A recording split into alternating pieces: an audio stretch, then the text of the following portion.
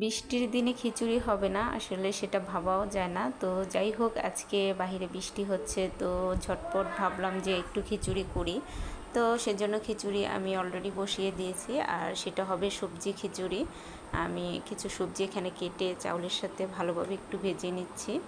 আর এখানে আমি গরুর মাংস আলু দিয়ে রান্না করব, তো মাংসটাকে আগে কষিয়ে নিচ্ছি।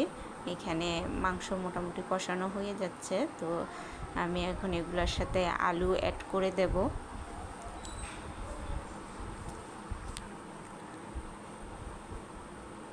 তো একটু ঢেকে দেই কিছুক্ষণের জন্য।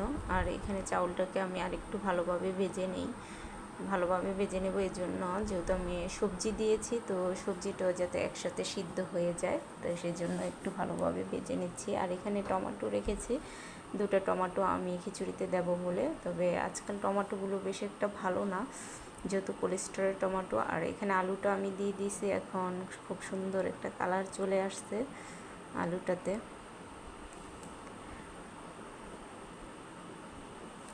মাংস মোটামুটি সিদ্ধ হয়ে আসছে, তো পরে আমি আলুটা অ্যাড করছি। তবে আলু আর মাংস একসাথে সিদ্ধ হয়ে যাবে।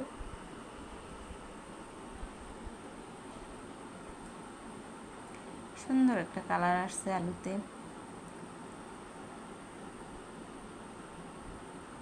তো যাই হোক, আমি এখন এটাকে একটু ঢেকে দিই। তো এখানে আমার মোটামুটি খিচুড়ি অলরেডি হয়ে গেছে।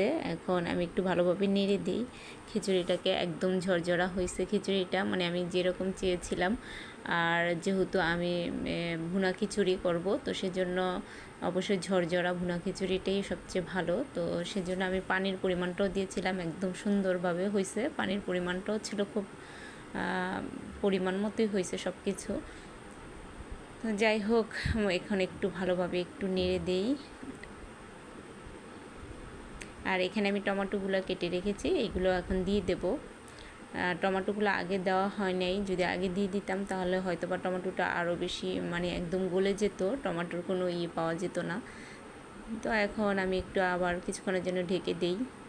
আর এখানে মাংসগুলো মানে মোটামুটি ভালো কষানোই হয়ে গেছে।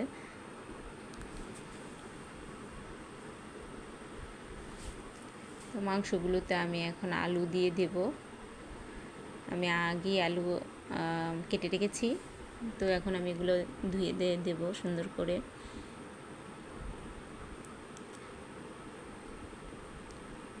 আর এখানে খিচুড়িটা আমার হয়ে গেছে, আমি এখন কাঁচামরিচ দেব, দিয়ে নামিয়ে ফেলবো।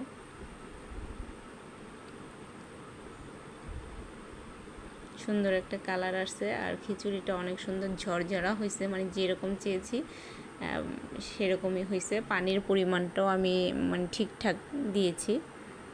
তো হয়ে গেছে আমার রান্না ভুনা খিচুড়ি।